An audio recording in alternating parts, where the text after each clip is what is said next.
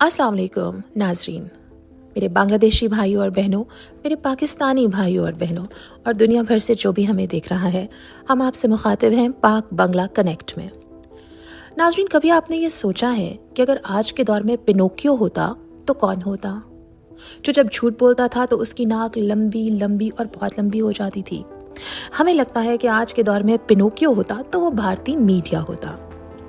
आज बात करेंगे भारतीय मीडिया के उस किरदार पर जो हक़ाइक़ को तोड़ मरोड़ कर पेश करता है और अपने हमसाया ममालिक के खिलाफ झूठे दावे और प्रोपेगेंडा फैलाने में मसरूफ रहता है। न सिर्फ भारत का मीडिया अपनी 1.5 बिलियन की आबादी को गुमराह करता है, बल्कि इस पूरे खित्ते में लड़ाइयों, झगड़ों और नफरतों को बढ़ावा भी देता है। आप सब काबुल से तो वाकिफ ही हैं, जो अफगानिस्तान का दारुल खिलाफा है। 2021 में काबुल की सकूत के दौरान भारतीय मीडिया के मारूफ एंकर अर्नब गोस्वामी ने दावा किया कि पाकिस्तानी ISI के अफसरान सरीना होटल की 5वीं मंजिल पर मौजूद हैं। बाद में पता ये चला कि काबुल में जो सरीना होटल है उसकी 5वीं मंजिल ही नहीं है। इस वाक़े ने भारतीय मीडिया के गैर संजीदा और झूठे तर्ज अमल को अयां कर दिया।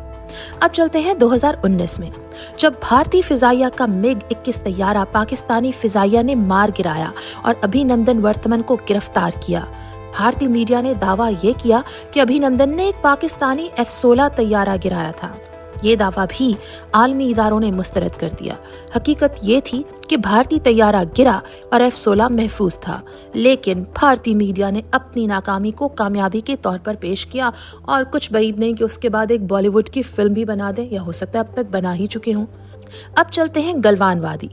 चीन के साथ गलवान वादी के तनाज़े के दौरान भी भारतीय मीडिया ने दावा ये किया कि भारतीय फौज ने चीन को शदीद नुकसान पहुंचाया, मगर हकीकत ये थी कि चीन ने भारतीय फौजियों को वाज़ेह शिकस्त दी थी। भारत के प्राइम मिनिस्टर नरेंद्र मोदी ने तो यहाँ तक कहा कि हमारी सीमा में कोई घुसा ही नहीं। भारतीय मीडिया ने हक़ाइक़ छुपाने के लिए झूठे बयानिए घड़े और आवाम को गुमराह किया। भारत के ही एक बहुत माने जाने पहचाने व्लॉगर ध्रुव राठी, जिनकी लोग बहुत तारीफ करते हैं, उन्होंने भी एक व्लॉग बनाया जस्ट अभी कुछ दिन पहले ही और कह रहे थे कि भारत में कुछ ऐसी खबरें चल रही हैं मेन चैनल्स पर कि वो बहुत ही मज़ाक़ खेज़ हैं, जैसे कि ट्रंप और मोदी कुंभ के मेले में इकट्ठे कहीं नहा रहे थे, या फिर एलॉन मस्क भी वहाँ पहुँचे हुए थे। जिसका कोई सर पैर नहीं होता वहाँ पे कहानी जोड़ दी जाती है। तो अब तो आप मानते हैं ना, पिनोकियो क्या बेचता था। भारतीय media is the real king जब बात करें झूठ की। अब चलते हैं बांग्लादेश। भारतीय असर रसूख के खात्मे के बाद भारतीय मीडिया 24 घंटे एक आग में चल रहा है। भारतीय मीडिया ने बांग्लादेश के हवाले से ये तासुर देने की कोशिश की कि वहाँ हिंदुओं पर मजालिम हो रहे हैं, हालांकि हकीकत में इसके बरक्स है। भारत बांग्लादेश में अपने असर रसूख को ख़त्म होता देखकर ऐसे झूठे बयानिए घड़ रहा है। और सिर्फ यही नहीं, पाकिस्तान और बांग्लादेश की बढ़ती हुई दोस्ती, पाकिस्तान और बांग्लादेश की बढ़ती हुई क़ुर्बत, वो भी भारतीय मीडिया को बहुत नागवार गुजर रहा है। और जब देखें तब आप देखेंगे कि कोई ना कोई खबर ऐसी ज़रूर होगी जिसमें या तो इस चीज़ का तमस्खर उड़ाया जा रहा हो या इस हवाले से अफवाहें फैलाई जा रही हों। ये तमाम मिसालें भारतीय मीडिया के झूठे प्रोपेगेंडा और हकीकत की दूरी को जाहिर करती हैं। हमें इस प्रोपेगेंडा को बेनकाब भी करना चाहिए और हक़ाइक़ को दुनिया के सामने दिखाना भी चाहिए।